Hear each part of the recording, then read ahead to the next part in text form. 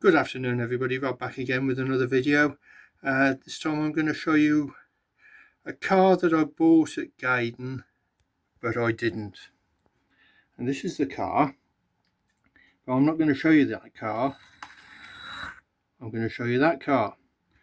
Now you might think you're seeing double, and you are. There's two Minis, virtually exactly the same, except the Mini closest to us has been Rob Swifted. Now this car I bought off a good friend of mine, Mac, brand spanking new, absolutely beautiful car, and you had a quick look at it the other day. But I already had this first car, which I'd been gifted by Mac last year, and with a bit of bribery and blackmail and general begging, I asked Rob Swift if he could make it go any quicker or perform a bit better than the standard Scalextric minis. Now I don't know if you know, but I did a video a few weeks ago on an early Mini that Rob turned into a monster for me, a Mini Clubman. And it's had loads of views, loads of people liked it, and obviously Rob showed a build video with that.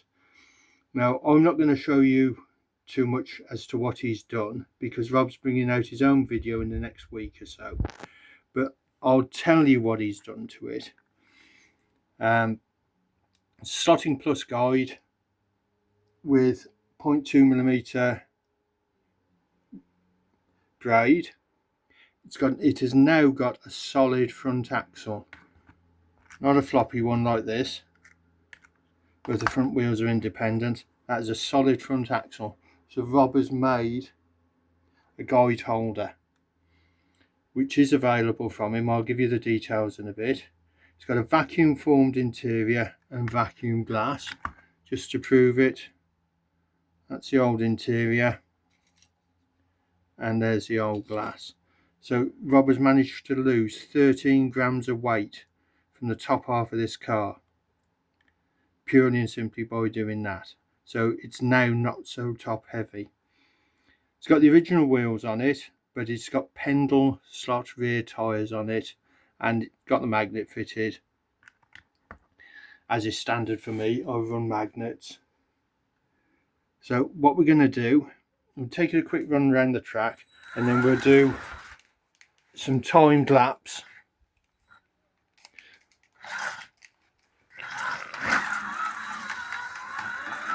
The Rob Swift car against the standard Scalextric one, just see what the difference is in the performance. But as you can see, and as is expected, the Rob Swift car goes round great. I'll bring it round, and just to prove I'm not biased, I'll swap them over and I'll do a couple of laps in the standard Scalextric one, which again runs really nicely, a beautiful little car, and I was over the moon to receive it from Mac. So as you can see, that goes round nicely enough as well. I'll bring it round to the start and then we'll do 10 time laps with each one and see which one comes out on top. If I can get this to work, there we go.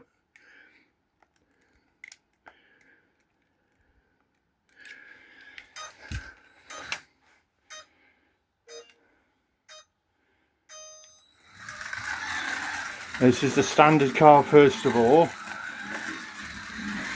Now I know pretty well how fast I can go with this because obviously I've got R1s and R2s and I don't want to turn it over, so I'll go as fast as I think I can. He's already sticking a bit of tail out there on that R1, but it goes nicely enough. Nicely. Oh, there we go, I have turned it over.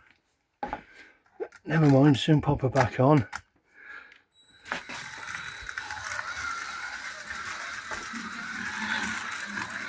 But she does go nicely enough. Like I say, it's a very, very top heavy car, this. So hopefully the work Rob's done on the other one will have alleviated some of that problem. Still a standard motor in the other car.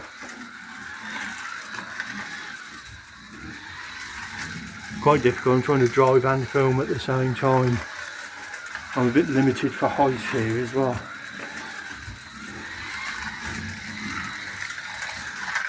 And we're off again.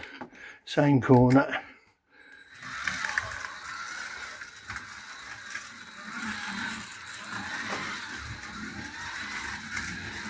Just about coming round to the end, I think. We might have one more lap to go.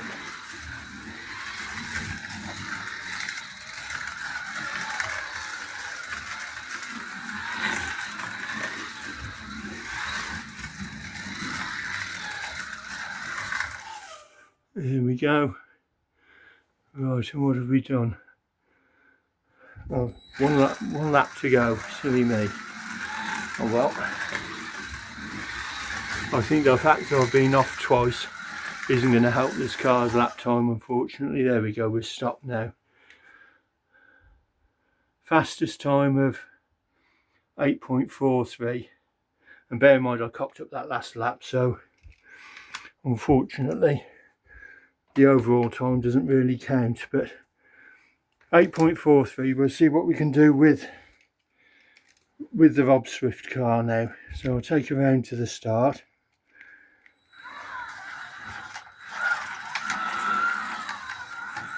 Gives us another chance to have a quick look at her. There we go, at the start. I'll sort my seat out. I'll take her round to the start again. Bit trigger happy there, unfortunately. We'll spin around.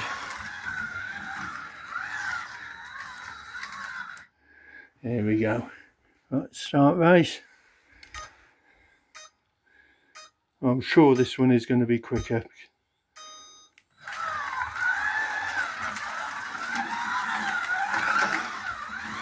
So I'll try not to turn this one over.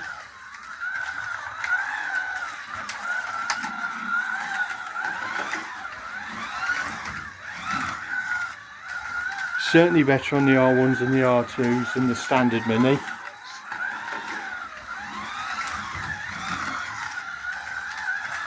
Obviously the motor's the same in both of them, so there's no advantage to be had there. This is purely and simply the work that Rob's done, which will be the guide and the front axle and the Pendle tyres. Obviously the vacuum interior and glass taking so much weight off the car, but he has added 6.5 grams of lead to it as well, because obviously the too light a car will be no good at all on the corners. But she's going round nicely, no dramas as yet. Hope that I've not shot myself in the foot saying that. But a very nice little car, made even better by Rob Swift. And there we go, off on that corner again. It's almost the furthest corner away from yourself as well, isn't it?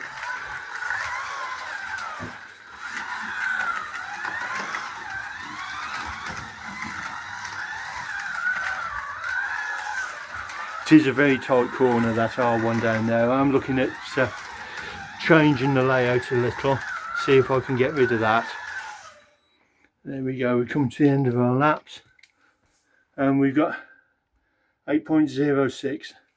and bear in mind that's the first time I've driven this car since Rob's had his wicked way with it, so I'm sure there's a lot more in it. But if you go to Rob's site, his Swift 16 site, and click on the Swiftslots section, you'll be able to find the parts that I've described: the guide, the vacuum interior and the vacuum glass, obviously the guide mount. You'll find all the bits available on Rob's site. So thanks again to Rob for another sterling job.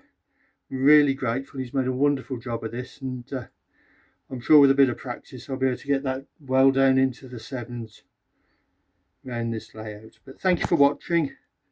Please leave a comment, like and subscribe, and I'll see you again soon.